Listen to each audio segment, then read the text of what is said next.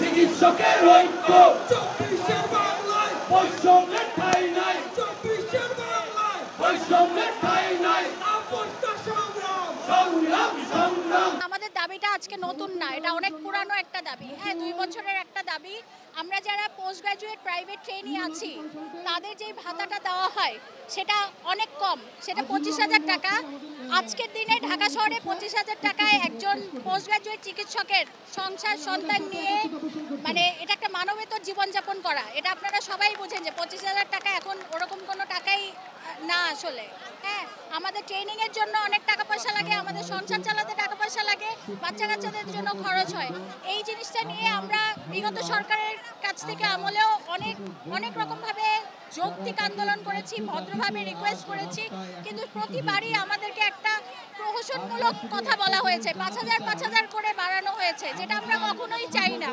হ্যাঁ, এখন আমাদের দাবি একটাই, আমাদের একটা সম্মানজনক অ্যামাউন্ট যাতে আমাদের দেওয়া হয়, যাতে আমরা খেয়ে পড়ে সংসার সন্তান নিয়ে ঢাকা শহরে বাঁচতে পারি, আমরা মনোযোগ দিয়ে ট্রেনিং করতে পারি এবং আমাদের রোগীদেরকে সর্বোন্নত সেবা দিতে পারি।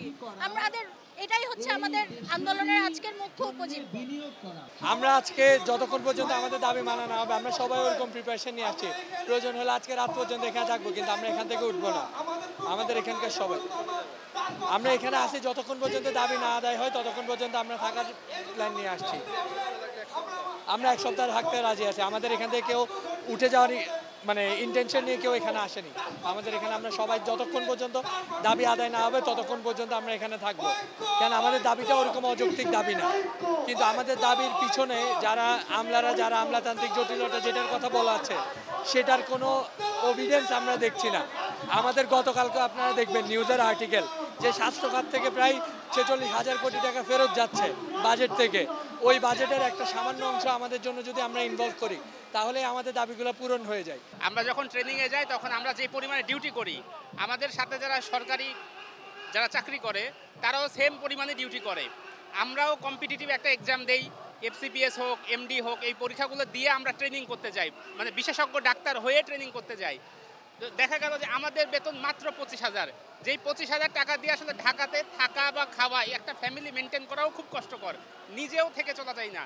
তা আমরা চাচ্ছি যে যেন একটা সমপর্যায়ে আসে যাতে করে আমরা সারভাইভ করতে পারি। অন্তত আমরা যদি ট্রেনিং পর্যায়ে বাহিরে যদি টাকার ইনকাম করার চিন্তা করা লাগে বা ফ্যামিলি মেনটেন করার চিন্তা করা লাগে তাহলে আমরা ভালো করে বিশেষজ্ঞ ডাক্তার হব কেমন করে?